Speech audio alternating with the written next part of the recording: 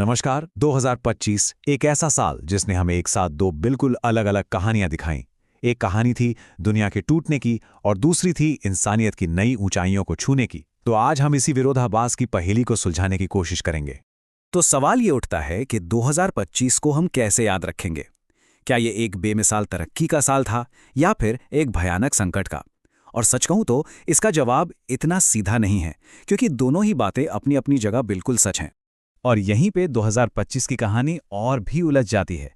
देखिए, एक तरफ एक जियोपॉलिटिकल एनालिस्ट ने लिखा कि ये अंतर्राष्ट्रीय सहयोग के लिए एक बहुत ही मुश्किल दौर था।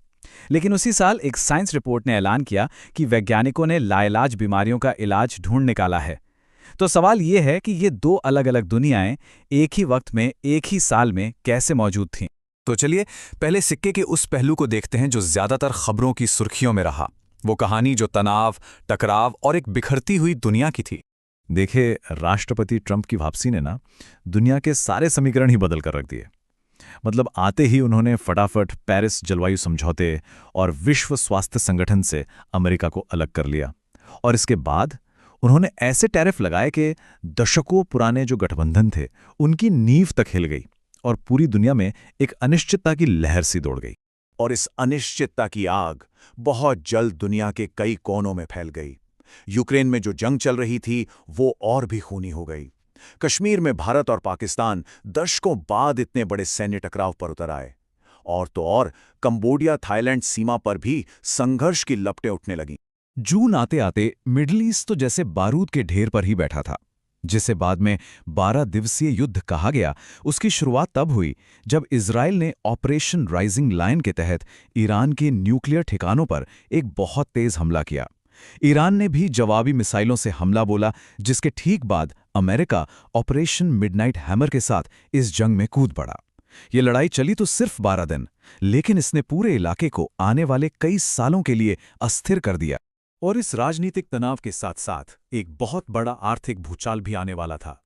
2 अप्रैल को, जिसे राष्ट्रपति ट्रंप ने लिबरेशन डे का नाम दिया, उन्होंने लगभग हर इंपोर्ट पर 10% और कुछ देशों पर तो 50% तक के भारी भरकम टैरिफ लगा दिए। ये एक ऐसा कदम था जिसने ग्लोबल ट्रेड के सारे नियमों को एक झटके में बदल डाला। अब यहाँ कहानी एक बहुत ही दिलचस्प मोड़ लेती है। इतनी जियोपॉलिटिकल उथल-पुथल के बाद अर्थव्यवस्था का क्या हाल हुआ होगा? इसका जवाब आपको सच में हैरान कर देगा। तो जैसा डर था वही हुआ। टैरिफ की घोषणा के बाद बाजारों में तो जैसे कोहराम मच गया। न्यूयॉर्क से लेकर टोक्यो तक दुनिया के बड़े बड़े बाजार 12 से 13% तक नीचे गिर गए। हर कोई अपनी सांसें थामे हुए था। सबको लगा कि एक बड़ी आर्थिक मंदी बस दरवाजे पर खड़ी है। लेकिन फिर कहानी ने ऐसा मोड़ लिया जिसकी किसी को उम्मीद नहीं थी। शुरुआती गिरावट के बाद बाजारों ने न सिर्फ वापसी की, बल्कि साल का अंत जबरदस्त मुनाफे के साथ किया।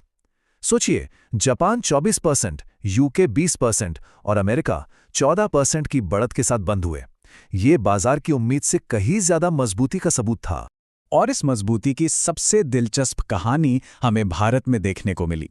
जब दुनिया में इतनी अनिश्चितता फैली तो विदेशी निवेशकों ने भारतीय बाजार से रिकॉर्ड 1.58 लाख करोड़ रुपए निकाल लिए। ये किसी भी उभरती हुई अर्थव्यवस्था के लिए एक बहुत बहुत बड़ा झटका था। लेकिन तभी एक नई ताकत सामने आई। जैसे ही विदेशी निवेशक बाहर जा रहे थे, भारत के अपने यानी घरेलू निवेशक आगे आए। उन्होंने SIPs के जरिए, हाँ वही जिसमें लोग हर महीने थोड़ा थोड़ा पैसा लगाते हैं, सिर्फ एक महीने में सोचिए रिकॉर्ड 29,445 करोड़ रुपए बाजार में डाल दिए। ये भारतीय अर्थव्यवस्था में खुद भारतीयों के भरोसे का एक जबरदस्त सबूत था। और इस घरेलू भरोसे का नतीजा क्या हुआ? भारत का IPO बाजार तो जैसे आसमान छूने लगा। कंपनियों ने रिकॉर्ड $22 बिलियन जुटाए और ये साबित कर दिया कि भारतीय बाजार अब सही मायनों में आत्मनिर्भर बन रहा है। और पूरी दुनिया के बाजारों को जो एक चीज चला रही थी वो थी AI क्रांति। अगर हम दुनिया की सबसे मूल्यवान कंपनियों की इस लिस्ट को देखें तो ये साफ है कि AI और सेमीकंडक्टर्स ही नए किंग थे।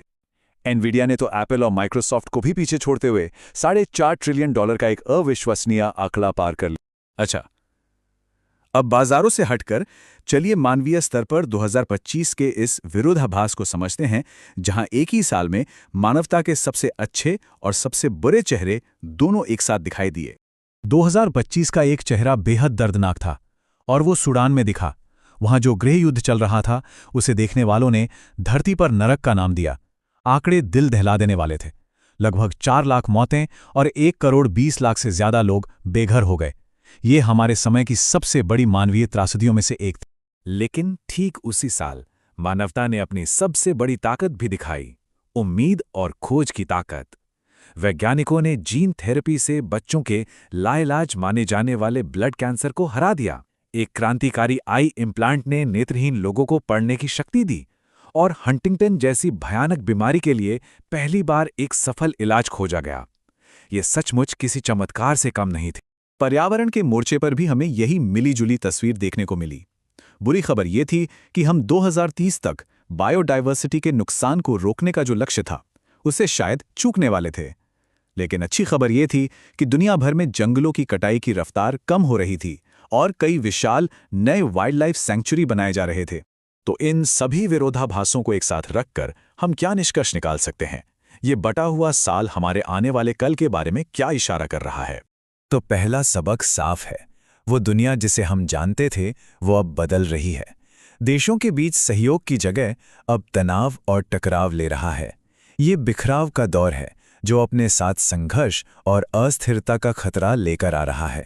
लेकिन मजे की बात यह है कि ठीक इसी बिखराव के बीच एक दूसरी दुनिया भी आकार ले रही है। ये दुनिया AI, घरेलू निवेश और ग्रीन एनर्जी से चल रही है।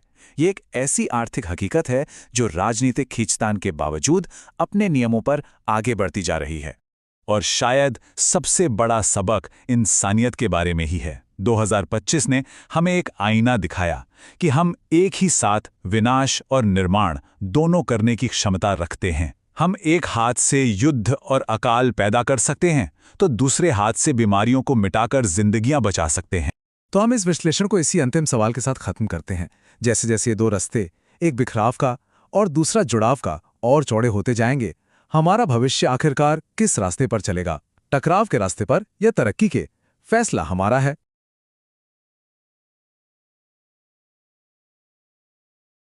अगर आपको वीडियो पसंद आया हो तो लाइक, शेयर और सब्सक्राइब जरूर करें।